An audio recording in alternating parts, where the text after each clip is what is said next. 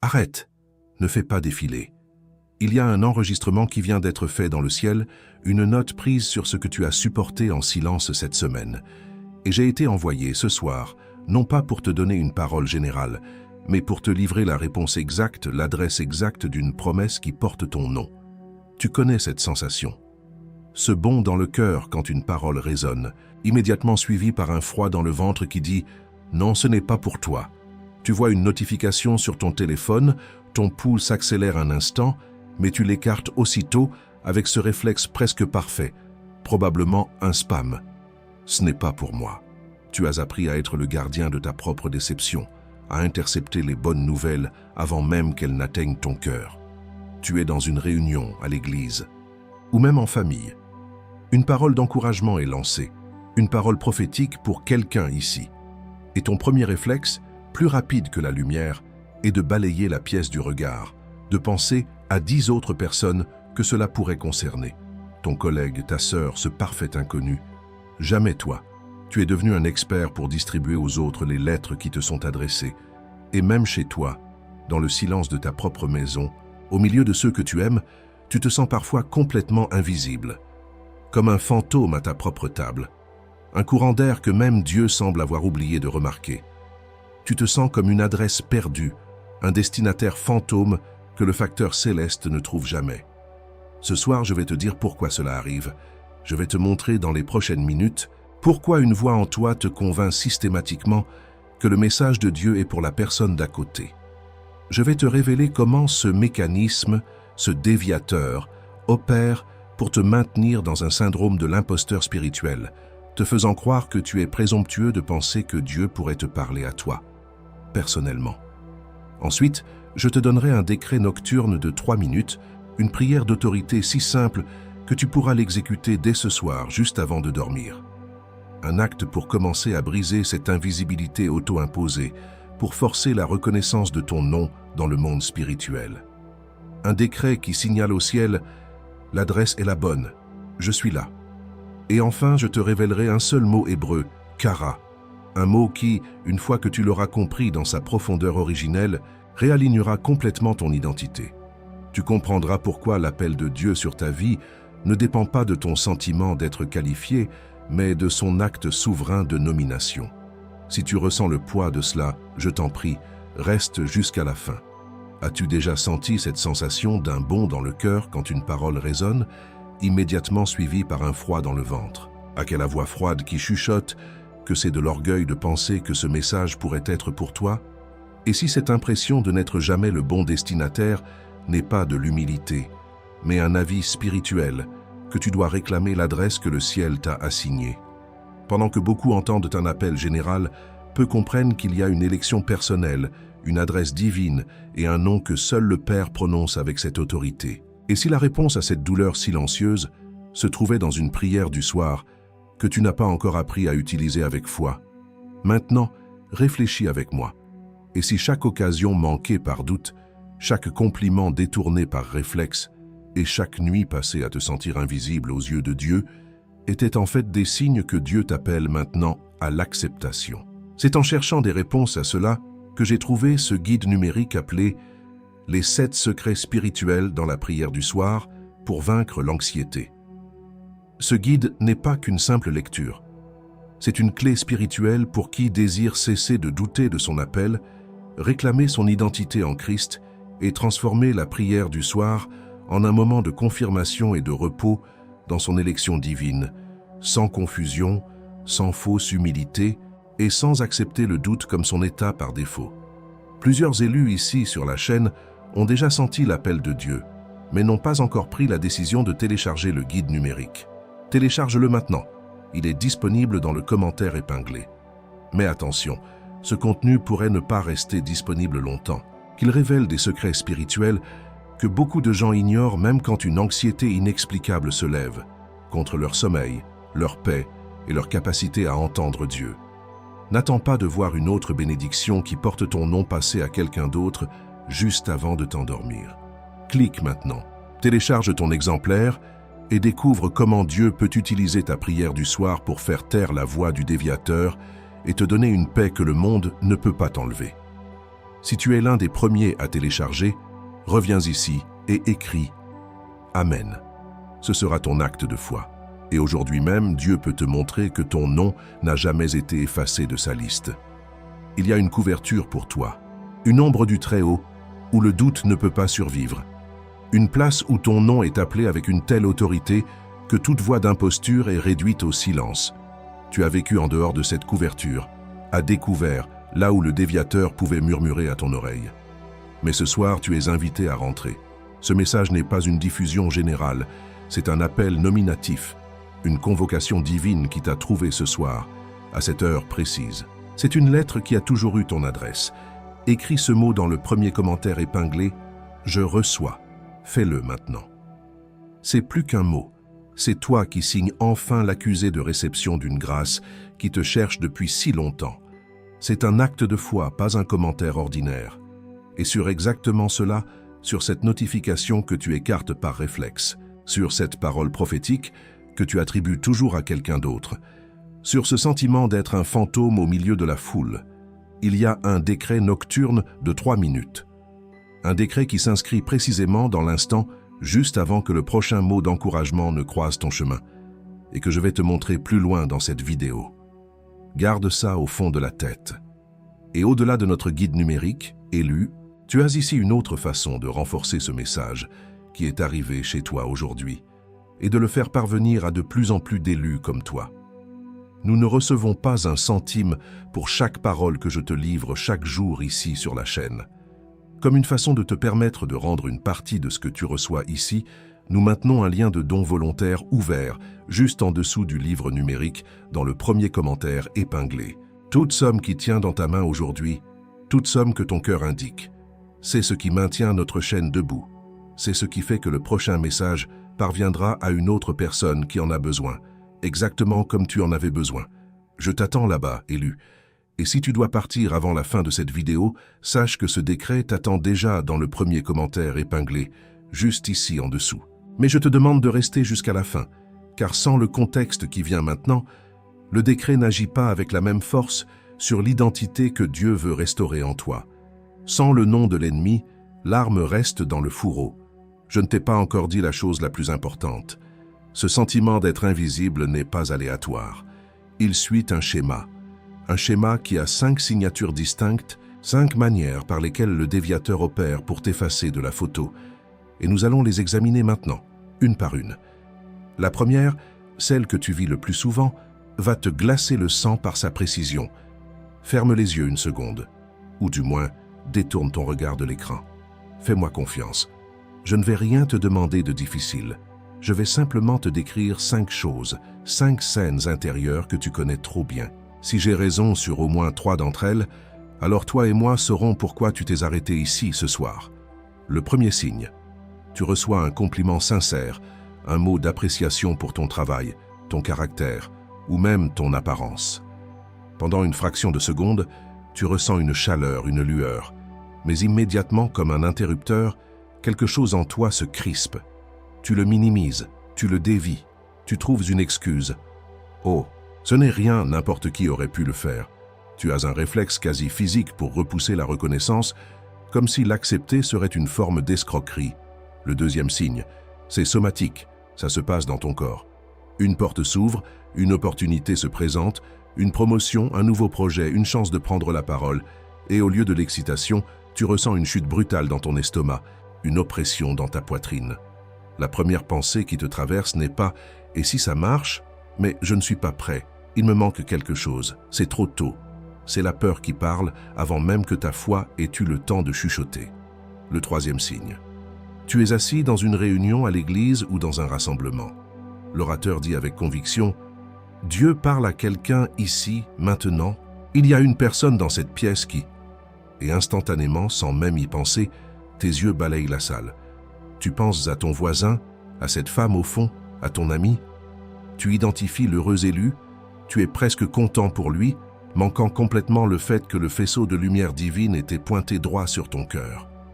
Et sur cette réunion où tu as regardé autour de toi, cherchant un autre destinataire, j'ai déjà laissé l'acceptation t'attendre dans le premier commentaire épinglé. Si tu dois partir avant la fin, elle est là. Mais reste, parce que le déviateur opère en te faisant douter de l'adresse du message. Reste. Le quatrième signe. Tu es en conversation. Tu as quelque chose d'important à dire, une idée, une conviction, un avertissement. Les mots montent jusqu'à ta gorge, tu peux presque les goûter. Mais au dernier moment, tu les ravales. Une boule se forme dans ta gorge. Tu te dis que ce n'est pas le bon moment, que personne ne veut l'entendre, que ta voix n'a pas d'importance. Et tu passes le reste de la conversation avec ce poids sur la poitrine, le poids des mots non dits qui sont morts avant d'avoir pu vivre.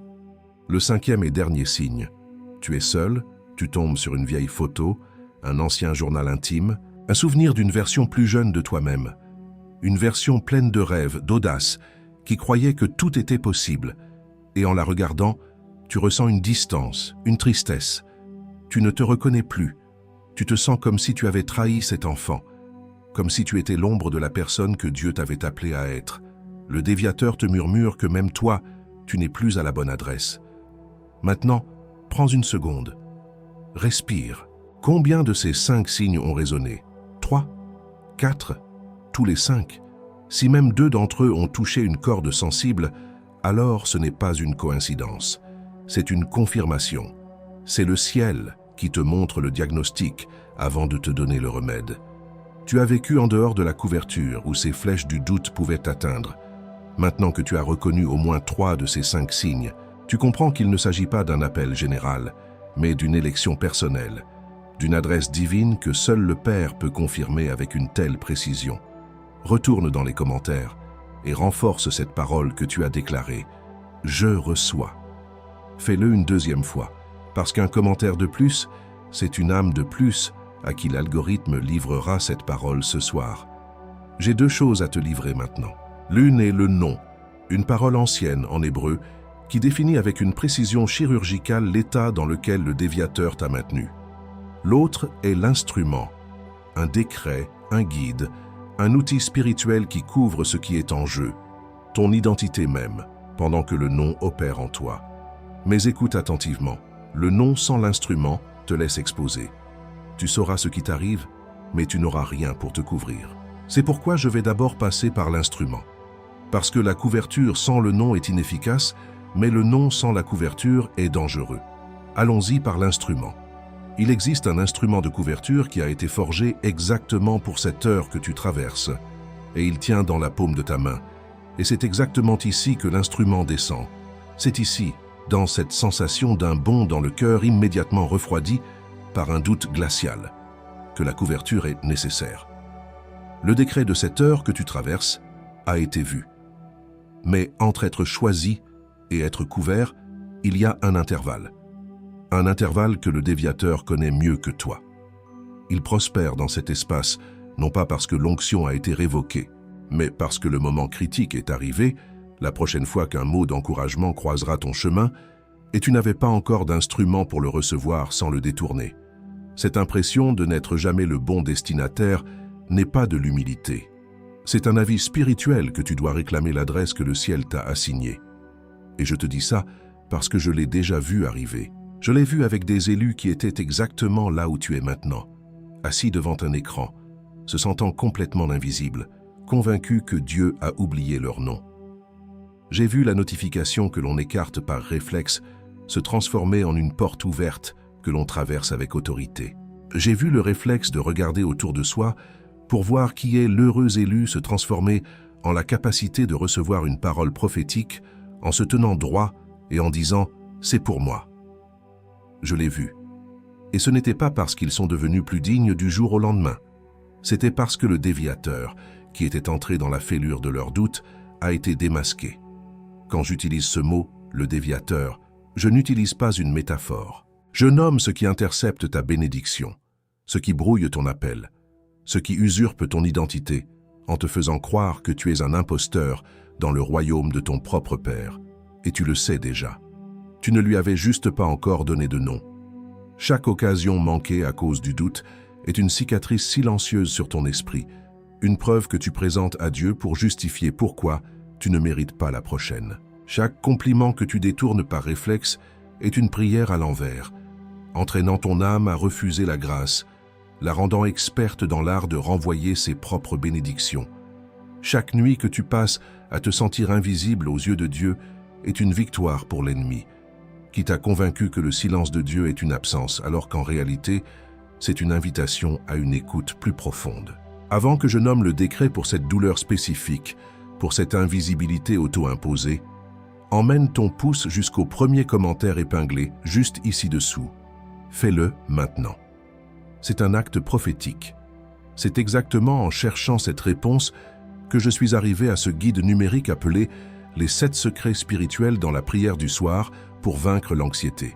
Il est conçu pour couvrir ton esprit pendant que Dieu travaille sur ton identité, t'empêchant de douter de ton appel, t'aidant à réclamer ton identité en Christ et à transformer ta prière du soir en un moment de confirmation et de repos dans ton élection divine. Il t'apprend comment ne plus jamais regarder une notification avec suspicion, comment ne plus jamais entendre une prophétie en pensant à quelqu'un d'autre, comment ne plus jamais te sentir invisible dans une foule. Ne passez pas à côté de ce que vous savez déjà avoir besoin de comprendre. Il est dans le premier commentaire épinglé, juste ici dessous. Touche le lien maintenant, sécurise ton exemplaire et découvre pourquoi le déviateur n'a aucune autorité légale, pour arrêter ce que Dieu a décrété pour toi. Et si tu es parmi les premiers à le télécharger, reviens ici et laisse un « Amen » dans les commentaires. C'est le son de l'acceptation. Il y a une architecture divine pour l'identité, une structure que le déviateur ne peut pas démanteler. La parole le dit dans Ésaïe chapitre 43, verset 1. « Ainsi parle maintenant l'Éternel qui t'a créé, ô Jacob, celui qui t'a formé, ô Israël. Ne crains rien, car je te rachète, je t'appelle par ton nom, tu es à moi. » Tu entends. Tu n'es pas appelé par tes qualifications, mais par ton Créateur. Vouloir être un élu sans apprendre cette architecture, c'est construire une maison sans fondation sur le territoire de l'ennemi. Le guide numérique dans le premier commentaire épinglé a été construit sur cette architecture. Il t'apprend à survivre aux murmures du déviateur pendant que Dieu reconstruit tes murs. Tu as dépensé plus pour un repas qui t'a laissé affamer 1 heure plus tard. Tu as payé davantage pour un abonnement que tu n'utilises plus. Tu as investi dans des choses qui ont promis de te changer, mais qui n'ont fait que te laisser plus vide. C'était des choix. Et ici, face à quelque chose qui peut changer ta trajectoire spirituelle pour les 12 prochains mois, tu vas peut-être hésiter. Non pas parce que ça vaut moins, mais parce que le déviateur te dit que tu ne vaux pas l'investissement. Cette hésitation a un nom. C'est la dernière ligne de défense de l'imposteur spirituel avant d'être démasqué. Et il y a une garantie de 7 jours. Si tu l'ouvres, le lis et que ça ne te parle pas, envoie un email et tu seras remboursé intégralement. Sans question, sans processus, sans jugement. Je veux que tout le risque soit de mon côté, pas du tien. Spécialement quand ce qui est en jeu est la couverture de ton identité pour les mois à venir. Le risque, ce n'est pas de l'essayer. Le risque, c'est de passer la prochaine année exactement comme la dernière. J'ai reçu un message d'un homme de 42 ans la semaine dernière. Il a dit « Je suis pasteur depuis 15 ans. Je prêche sur l'appel de Dieu chaque dimanche, mais je rentrais chez moi chaque soir en me sentant comme le plus grand des imposteurs. Mercredi dernier, à 23h, après avoir lu le 3e secret du guide, j'ai fait la prière. Pour la première fois, je n'ai pas demandé à Dieu s'il était sûr de son choix. J'ai dormi 8 heures d'affilée. Ça ne m'était pas arrivé depuis le séminaire. Une femme m'a écrit. Elle s'est identifiée comme étant une mère de 35 ans. Elle a dit « Je pensais que cette invisibilité était de l'humilité. Je la portais comme un badge d'honneur. Hier, mon fils de 7 ans m'a fait un dessin à l'école. D'habitude, j'aurais dit « Oh, c'est gentil » et je l'aurais mis de côté. Grâce au guide, j'ai regardé mon fils dans les yeux et j'ai dit « Merci, je suis si fier d'être ta maman. » Il m'a serré dans ses bras. J'ai compris que je n'avais pas seulement reçu un dessin. J'avais reçu mon fils.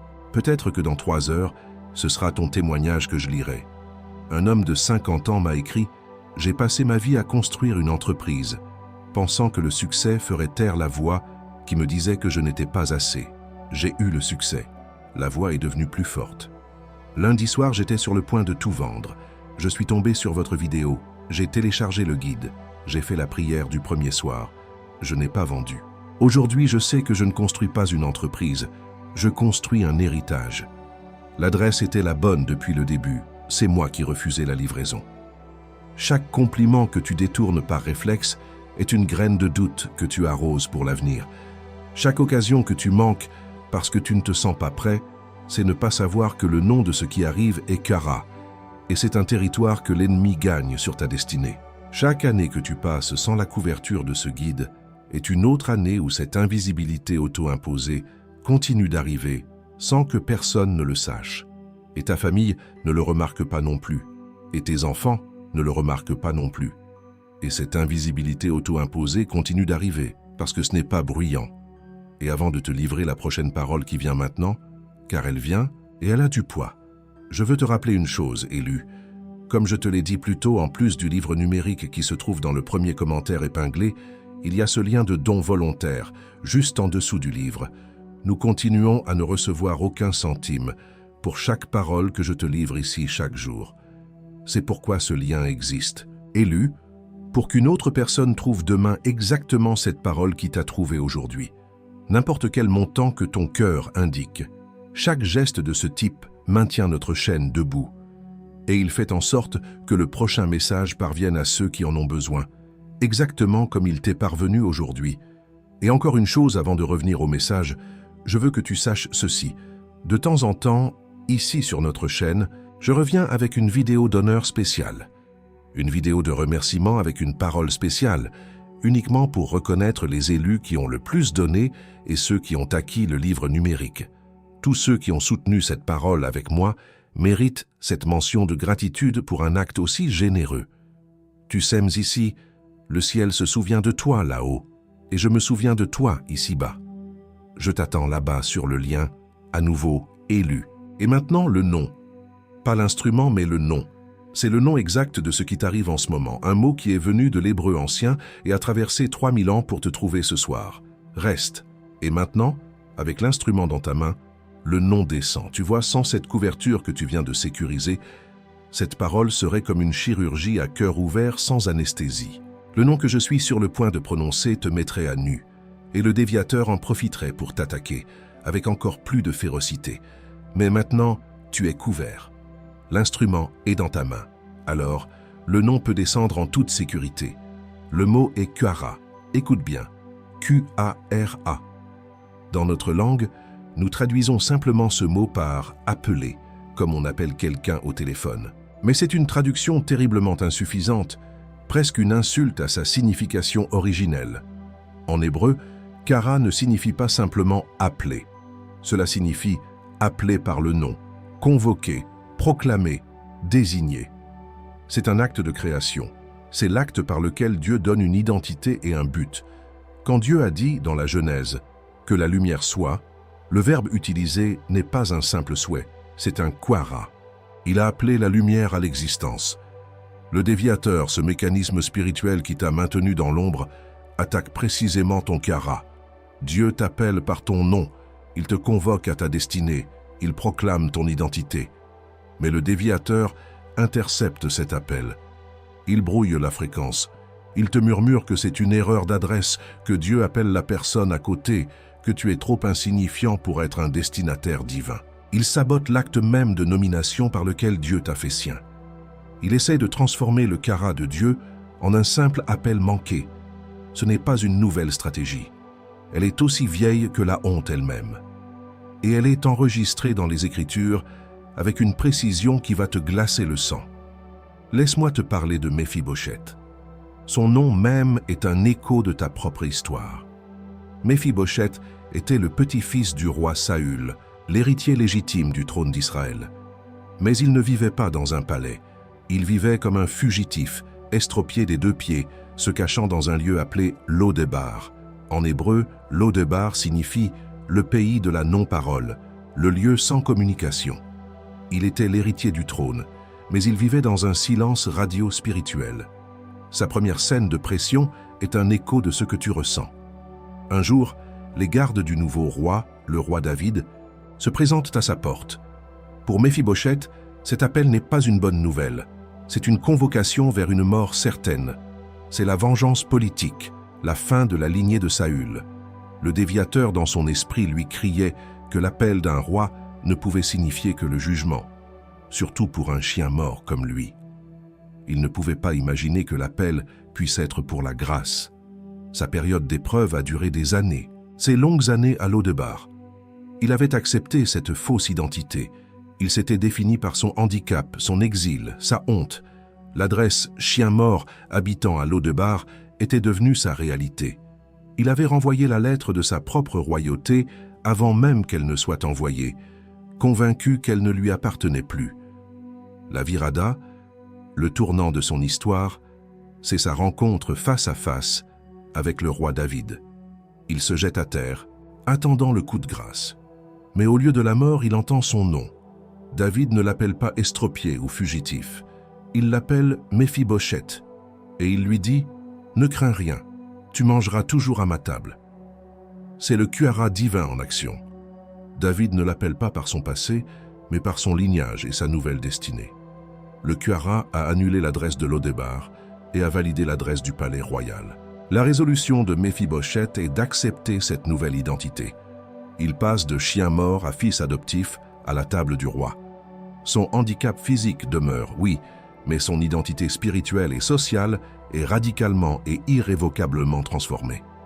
Il a dû apprendre dans ce moment de face à face à recevoir une grâce qu'il se sentait indigne de recevoir, et son histoire n'est pas restée dans la poussière d'il y a 3000 ans. Elle est le registre intemporel, la preuve vivante que ta perception de toi-même n'annule pas l'appel royal. Tu peux te sentir comme à Lo-Debar, tu peux te définir comme un chien mort, mais un siège à la table du roi porte ton nom, attendant simplement que tu répondes oui à l'appel. Son histoire est la preuve que Dieu se spécialise dans l'appel de ceux qui se sont disqualifiés eux-mêmes. Il y a une vieille histoire, une allégorie. Dans un village sans nom, vivait un facteur céleste. Sa seule et unique mission était de livrer une seule lettre, une lettre magnifique bordée d'or. Chaque jour, sans faute, il se présentait à la porte d'une personne précise. Et chaque jour, la personne secouait la tête, presque par réflexe. « Non, non, ce n'est pas possible », disait-elle. « Vous devez vous tromper d'adresse. Je ne suis personne d'important. Cette lettre est sûrement pour quelqu'un d'autre. » Et elle refusait la lettre, laissant le facteur repartir avec. Mais un matin, après un énième refus, le facteur ne repartit pas. Il resta silencieusement sur le seuil, la lettre dorée tendue. Sa présence était si calme, si patiente. Finalement, il parla d'une voix douce qui semblait remplir tout l'espace. « Je ne me trompe jamais d'adresse. La question n'est pas de savoir si la lettre est pour vous. La question est de savoir quand vous allez enfin l'accepter. » La personne regarda la lettre, puis le visage patient du facteur. Et pour la toute première fois, elle ne vit pas une erreur, mais une invitation. Elle vit une grâce obstinée qui refusait de la laisser tranquille. Tremblante, elle tendit la main et prit la lettre. Le simple contact du papier chaud contre sa peau suffit. Une vague de chaleur monta dans son bras jusqu'à son cœur. Elle comprit soudainement. Refuser la lettre ne la protégeait de rien, cela la privait de tout. Et voici le lien avec toi ce soir. Le ciel ne se trompe pas d'adresse. Il y a un message, une convocation, une lettre bordée d'or qui porte ton nom. Le déviateur, ce menteur, t'a appris à refuser la livraison, à douter du facteur. Ce soir, avec l'instrument que tu tiens dans ta main, nous apprenons à signer l'accusé de réception. Tu vois, le déviateur ne t'a pas seulement fait douter de l'appel, il t'a fait douter de l'expéditeur. Il t'a convaincu qu'un Dieu saint ne s'abaisserait pas à envoyer une lettre personnelle à quelqu'un comme toi. Mais tu es couvert maintenant, protégé par la connaissance de ce qui se passe. Maintenant que tu as le nom de l'attaque, tu peux la voir venir. Mais nommer l'ennemi n'est que la moitié de la bataille. L'autre moitié est de te nommer toi-même, de réclamer ton vrai nom, ton identité d'élu. Et c'est ce que nous allons faire ensuite. La vérité la plus profonde est encore à venir, et elle a ton nom gravé dessus. Laisse-moi m'arrêter une minute. Juste une minute. Mettons tout ce que tu viens d'entendre en mots simples, sans poésie, sans métaphore, juste les faits bruts. Fait numéro 1. Il existe un mécanisme spirituel appelé le déviateur, dont le seul but est de te faire douter que le message de Dieu est pour toi. Fait numéro 2. Ce n'est pas un sentiment, c'est une attaque ciblée sur ton kara, ton appel nominatif divin. Fait numéro 3, tu n'es pas le premier à vivre cela. Ton histoire a un précédent biblique, celui de Méphibosheth, l'héritier qui se croyait un chien mort à Lo-Debar. Et voici qui tu es au milieu de tout cela. Tu es le destinataire que le roi a convoqué hors de Lo-debar. Tu es la lettre qui est enfin arrivée à la bonne adresse après des années d'errance. Tu n'es pas un imposteur. Tu es un héritier qui rentre à la maison. Ton sentiment d'indignité n'a jamais eu le pouvoir d'annuler le décret royal. Jamais. Maintenant, ce qui vient ensuite est crucial. Car nommer l'ennemi te donne la conscience, mais te nommer toi-même te donne l'autorité. Pour marcher dans cette nouvelle identité, tu dois la connaître. Tu dois connaître les 3 noms que le ciel utilise pour toi, maintenant que tu as accepté la lettre. Le premier nom est le destinataire anonyme. C'est ce que tu étais jusqu'à ce soir. C'est celui qui habite la maison promise, mais qui a peur de s'asseoir sur les meubles. Celui qui reçoit des bénédictions, mais qui pense qu'elles sont adressées à l'occupant actuel, jamais personnellement à lui. Il vit avec un sentiment constant qu'il va être démasqué, qu'on va lui demander de rendre les clés. L'implication pour toi est la suivante. Ce soir, le décret qui est descendu sur toi déchire l'enveloppe de cet anonymat. Tu n'es plus l'occupant actuel, tu es le propriétaire légitime. Chaque bénédiction, chaque compliment, chaque parole prophétique qui viendra à partir de maintenant, tu sauras que ton nom est dessus. L'anonymat est brisé, tu ne peux plus te cacher derrière. Le deuxième nom est l'héritier de Lo-debar. C'est l'identité que le déviateur t'avait assignée. C'est celui qui vit dans un lieu de stérilité, d'oubli, le pays de la non-parole, convaincu que c'est tout ce qu'il mérite. Il s'est habitué à la poussière de l'exil, ignorant qu'une place à la table du roi, avec son nom gravé dessus, l'attend. Et l'implication est une migration spirituelle. Tu quittes la géographie de ta honte pour entrer dans la géographie de ta destinée. Tu cesses de te définir par ton exil, par tes pieds estropiés, par ton passé. À partir de maintenant, tu te définis par ta destination, la table du roi. Lo-debar n'est plus ton adresse. C'est juste un témoignage de la distance que la grâce de Dieu a parcouru pour te trouver.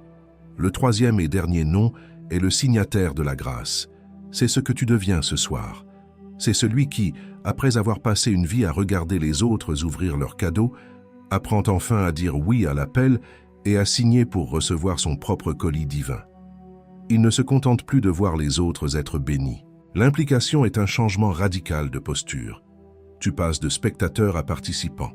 Tu deviens un récepteur conscient et actif de la grâce de Dieu. Tu ne laisses plus les bénédictions s'accumuler sur le seuil de ta porte jusqu'à ce qu'elles soient renvoyées. Tu ouvres la porte, tu signes avec un merci confiant et tu rentres la bénédiction à l'intérieur. Tu deviens un partenaire de la promesse. Commente maintenant un seul mot différent de celui que tu as écrit auparavant, un mot qui scelle cette nouvelle identité. Écris, destinataire, c'est tout, fais-le maintenant.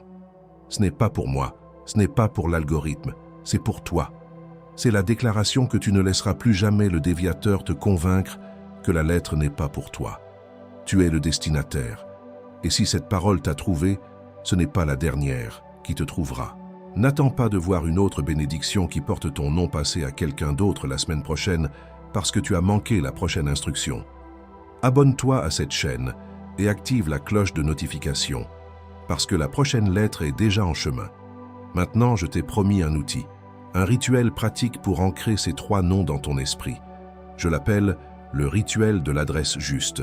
Exécute-le ce soir, juste avant de dormir. Voici les 3 étapes. Étape 1. Assis au bord de ton lit, les mains sur ton cœur, déclare à voix haute, pas dans ta tête, mais à voix haute. Cette adresse est la mienne. Ce nom est le mien. Cet appel est pour moi. Répète-le 3 fois, en sentant le poids des mots. Étape 2. Regarde-toi dans un miroir. Le reflet de l'écran de ton téléphone éteint suffira. Regarde-toi dans les yeux et dis « Je ne suis pas une coïncidence, je suis une destination, je suis un rendez-vous divin. » Fais-le 3 fois sans détourner le regard. Étape 3. En te couchant, les mains croisées sur ta poitrine, déclare une dernière fois comme un sceau final « Père, je suis là, je reçois, l'adresse est correcte. » Et voici le sceau de confirmation.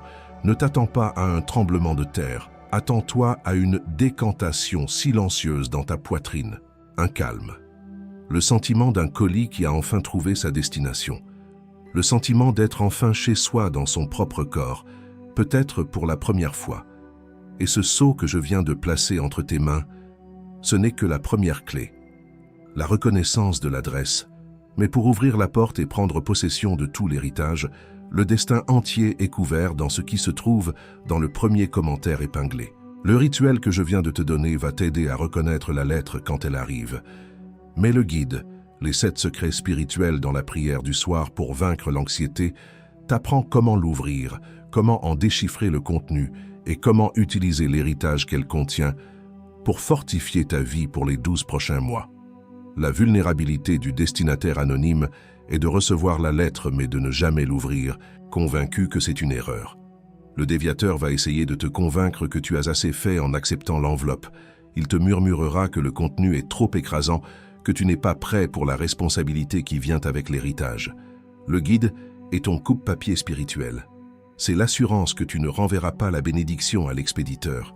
Et pendant que tu entends ça, quelqu'un comme toi a déjà ouvert le lien. Mais avant que tu décides, je dois te montrer ce que le déviateur va tenter de faire contre ce sceau dans les prochaines 72 heures. Le moment où tu commenceras à opérer dans ce que tu viens de recevoir, et cela arrivera dans les prochaines 72 heures.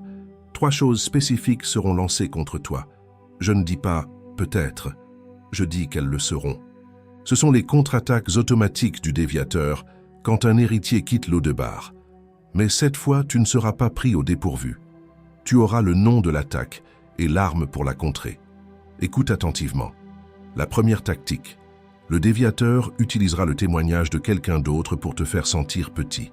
Tu liras un commentaire, tu entendras une histoire de victoire et une pensée subtile, empoisonnée, se glissera dans ton esprit. Tu vois, Dieu agit pour eux. Leur foi est plus forte, leur histoire est plus impressionnante. Il utilise la bénédiction d'un autre comme un miroir pour te montrer ton propre manque supposé.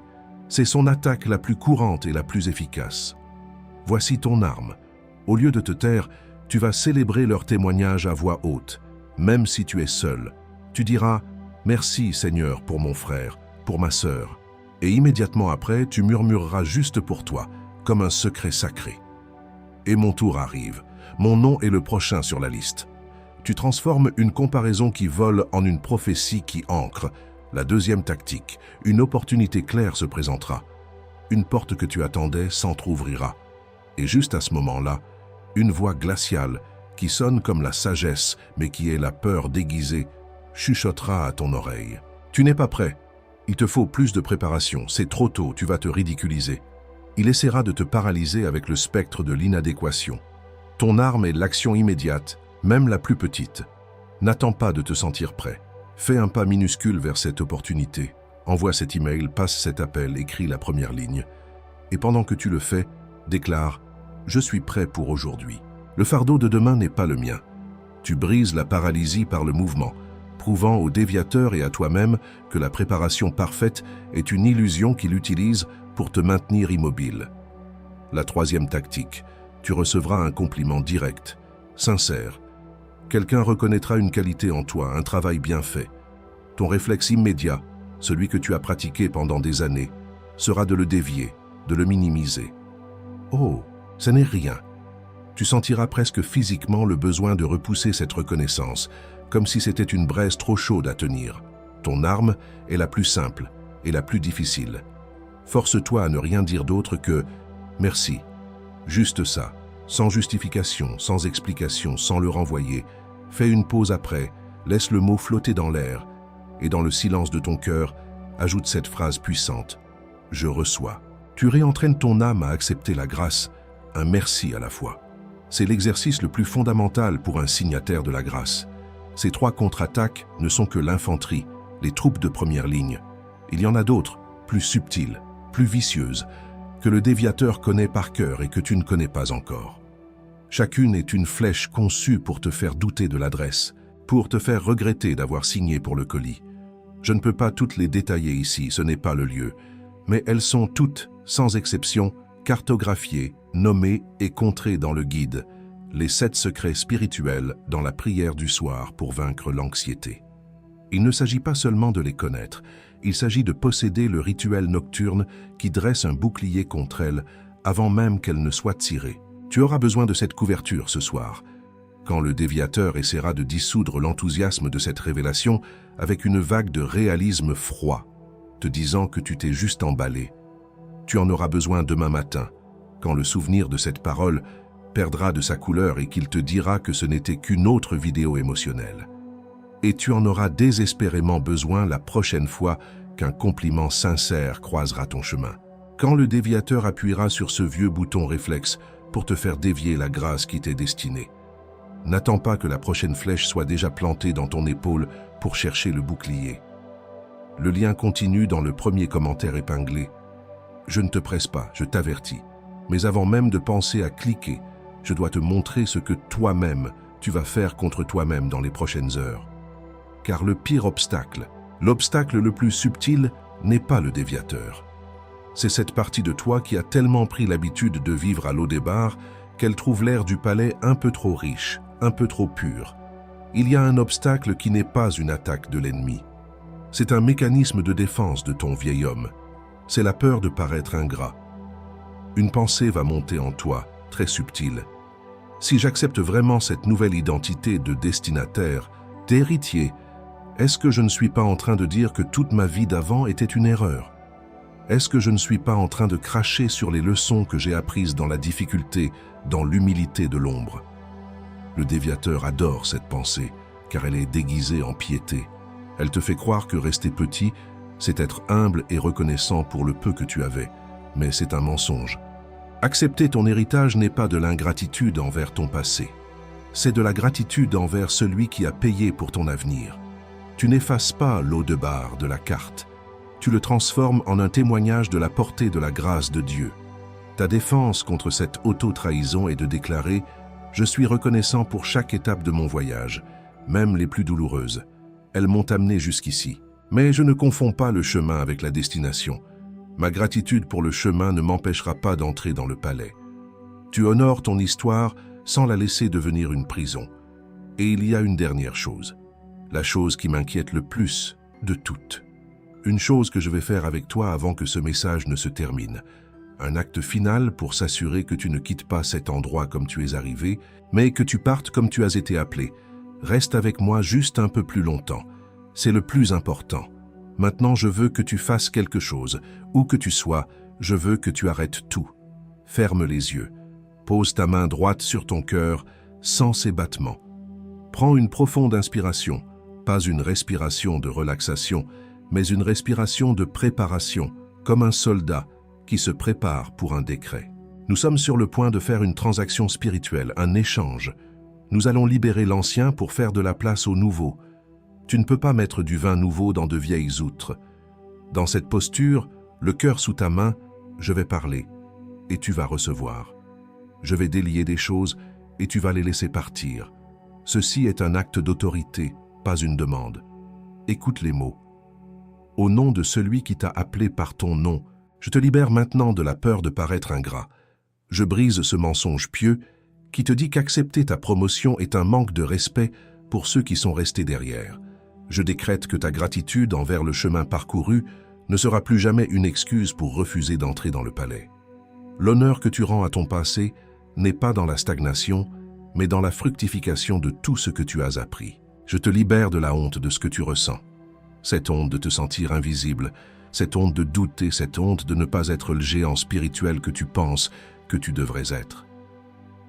Je brise le pouvoir de la comparaison qui te met constamment en compétition avec les autres. Le voyage de ton frère n'est pas le tien. Sa victoire ne diminue pas la tienne. Je te libère de l'obligation de mesurer ta valeur à l'aune du succès des autres. Ton appel est unique. Ta course est la tienne. Je te libère des voies de disqualification, qu'elles viennent de ton passé, de ta famille ou du miroir. Chaque parole qui a dit « Tu n'es pas assez »,« Tu n'as pas ce qu'il faut », « Qui es-tu pour penser ?» En cet instant, par l'autorité investie en moi, je déclare ces voies illégales, nulles et non avenues. Elles ne sont plus des prophéties sur ton avenir. Elles sont simplement le bruit de l'ennemi en déroute. Et maintenant que le terrain est dégagé, nous n'allons pas le laisser vide. Nous allons appeler, nous allons invoquer. Je convoque maintenant l'identité qui a été écrite pour toi avant la fondation du monde. Je ne convoque pas le destinataire anonyme. Il est mort ce soir. J'appelle le destinataire nommé, celui dont le nom est gravé sur la lettre. J'active en toi la capacité de te tenir droit et de recevoir, non plus comme un occupant temporaire, mais comme le propriétaire légitime. Je ne convoque pas l'héritier de Lo-debar. Son exil est terminé. J'appelle l'héritier de la table du roi. J'active en toi la mémoire de ta royauté. La géographie de ta honte est remplacée par la géographie de ta destinée. Lève-toi de la poussière de Lo-debar, car ta place t'attend. Tu n'es plus défini par l'endroit d'où tu viens, mais par l'endroit où tu es assis. Je ne convoque pas le spectateur de la grâce, je convoque le signataire de la grâce. J'active en toi la sainte audace de signer pour ce qui t'appartient. Je brise le réflexe de déviation. Je restaure en toi la simple, puissante et sainte capacité de dire merci et de recevoir pleinement, sans excuse et sans rabais. Maintenant, à voix haute, où que tu sois, je veux que tu dises cette phrase. L'adresse est correcte, Ti. Dis-le encore une fois plus fort. L'adresse est correcte. C'est la signature sur l'accusé de réception. C'est la fin du doute sur la livraison. La lettre est maintenant dans tes mains. Elle n'est plus chez le facteur. Elle n'est plus perdue dans le courrier. Elle est entre tes mains. Le papier est chaud, le sceau est intact. Mais tu n'as pas encore lu le message. Tu n'as pas encore vu le contenu de ton héritage. L'acceptation n'était que la première étape. Ne dis pas encore « Amen ». Nous n'avons pas terminé. Il y a une dernière chose. Une couverture finale. Une prière qui vient non pas de moi à toi, mais du Père sur toi. Reste avec moi. La voix la plus importante n'a pas encore parlé. Maintenant, le décret que tu as reçu, nous allons l'étendre. Je prononce une couverture sur ta maison et sur ta vie. Je la prononce sur ta table. Chaque repas que tu partageras, chaque conversation que tu auras, ne sera plus un lieu où tu te sens invisible. Je décrète que ta présence sera ressentie, que tes paroles auront du poids. Le fantôme à la table est banni. Tu es un participant, un convive d'honneur et ta place est marquée. Je prononce cette couverture sur tes enfants, sur ton conjoint, sur les murs de ta maison. Que chaque pièce soit remplie non plus d'une atmosphère de doute, mais d'une certitude silencieuse de ta valeur et de ton appel. Que ceux que tu aimes ne voient plus en toi l'ombre de l'hésitation, mais le reflet d'une personne qui sait qui elle est en Dieu. Ta maison n'est plus un lieu de cachette, mais le quartier général de ta destinée. Et je prononce cette couverture sur ton travail, sur tes projets, sur chaque opportunité qui est en cours. Là où tu te sentais comme un imposteur attendant d'être démasqué, je décrète que tu marcheras avec l'autorité d'un héritier. Tes réussites ne seront plus des sources d'anxiété, mais des plateformes pour la gloire de Dieu. Le syndrome de l'imposteur est brisé sur ta carrière. Tu n'es pas un accident, tu es un atout divin. Et maintenant, écoute, ce n'est plus ma voix, c'est la voix du Père. Ferme les yeux. Il dit, « Mon enfant, je te vois, je t'ai toujours vu. Je t'ai vu quand tu as reçu ce compliment et que tu l'as détourné, le cœur battant, pensant que tu ne le méritais pas. Ce n'était pas de l'humilité, c'était toi qui refusais mon cadeau. Je l'ai vu et j'ai noté ce jour comme le jour où je commencerai à t'apprendre à recevoir. Je t'ai vu dans cette réunion, les yeux balayant la pièce pour trouver qui d'autre que toi pourrait être l'élu. Tu étais si occupé à distribuer ma parole que tu n'as pas réalisé que je parlais directement à ton esprit. J'ai vu ton cœur s'attrister pour un autre, alors que mon cœur s'attristait pour toi, qui ne pouvait pas voir que tu étais le destinataire. Je t'ai vu ravaler tes mots, cette boule dans ta gorge pensant que ta voix n'avait pas d'importance. J'ai vu l'idée que j'avais plantée en toi mourir avant de voir la lumière du jour. Et j'ai pleuré sur cette semence perdue. Chaque mot que j'ai mis en toi a un but, un poids et une saison. Ne laisse plus jamais le silence voler ma voix à travers toi. Je t'ai vu dans la foule, pensant que personne ne te remarquait, et j'ai murmuré ton nom juste pour toi. Tu as cru que c'était le vent. Ce n'était pas le vent, c'était moi. C'était moi qui te rappelais notre alliance secrète, le nom que je t'ai donné et que personne d'autre ne connaît. J'étais là dans cette foule, te cherchant, te trouvant, et je t'ai vu regarder cette vieille photo de toi, avec cette tristesse, cette distance, comme si tu regardais un étranger plein de promesses non tenues. Mais tu ne vois pas ce que je vois la continuité, je vois le fil d'or qui relie cet enfant audacieux à l'adulte que je suis en train de restaurer. Tu n'as pas trahi cet enfant, tu as simplement fait un détour, Et ce soir, je te remets sur le chemin. Tu es engagé, tu es mandaté, tu es envoyé. Ne dis pas « Amen » encore. Assieds-toi dans cela un moment. Sens le poids de ce qui vient de se passer. Respire. Ce poids est réel. Ce poids, c'est ton signal maintenant. Maintenant, tu peux dire « Amen ». Je t'ai vu dans la foule, pensant que personne ne te remarquait. Ne rouvre pas les yeux. Garde tes mains sur ton cœur. Le décret est frais. Et c'est exactement maintenant que le déviateur va tenter sa première offensive. Ce qui a été scellé ici va être testé la prochaine fois qu'un compliment croisera ton chemin. Quand cette parole d'encouragement viendra, le déviateur ne l'acceptera pas sans combat. Celui qui est mandaté sans couverture marche en terrain découvert. L'onction a été confirmée au ciel. Maintenant, elle doit survivre à ta prochaine rencontre. Le guide, les 7 secrets spirituels dans la prière du soir pour vaincre l'anxiété, est dans le premier commentaire épinglé, juste en dessous. Non pas comme un substitut à la prière que tu viens de faire, mais comme la couverture rituelle pour défendre l'identité que tu viens de recevoir. Parce qu'une identité sans couverture redevient confuse au premier doute. Et le déviateur compte exactement sur le moment où tu seras le plus fatigué pour revenir. Tu as plus de valeur que le prix d'un café. Tu vaux plus qu'un abonnement mensuel. Avec une garantie de 7 jours, le risque est le nôtre, la décision est la tienne. N'attends pas de voir une autre bénédiction qui porte ton nom passer à quelqu'un d'autre pour ouvrir le lien. Clique maintenant, pendant que le décret est encore chaud sur ton cœur. Pas demain matin, pas après avoir parlé à quelqu'un, pas après avoir réfléchi, parce que celui qui remet à plus tard, remet à jamais.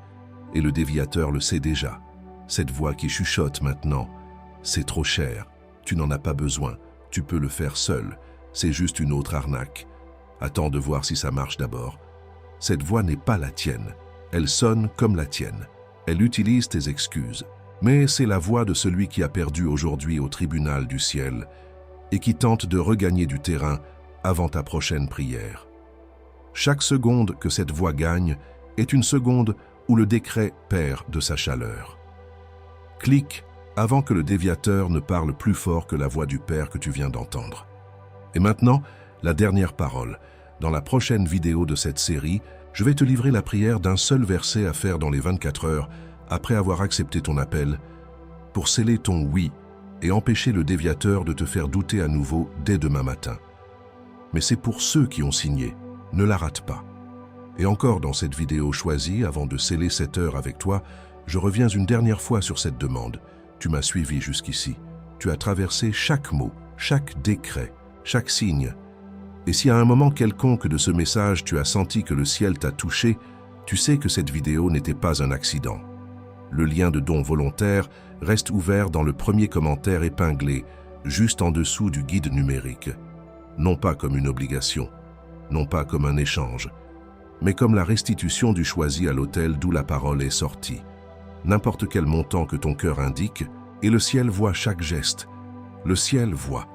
Et le ciel multiplie sur ta maison, sur tes jours, sur ce que tu ne sais même pas encore qui est sur le point d'arriver. C'était ma dernière demande. Je t'attends là, choisis. Maintenant, nous allons sceller cela ensemble. Prononce avec moi où que tu sois. Je signe avec mon nom. Je dis oui de toutes mes forces. Amen avec toute mon intention. Et maintenant, envoie cette vidéo. Partage-la. Pas à tout le monde. Juste à cette personne que l'Esprit te montre maintenant. Une personne qui a besoin exactement du même décret que tu as reçu ici aujourd'hui. Quelqu'un qui a passé des années à croire qu'elle était une erreur d'adresse. Tu sais qui c'est. Le lien vers le guide des 7 secrets est également dans le premier commentaire épinglé pour toi. Ce n'est pas une faveur que tu fais, c'est un service. Et le ciel voit, déclaré, scellé, accompli.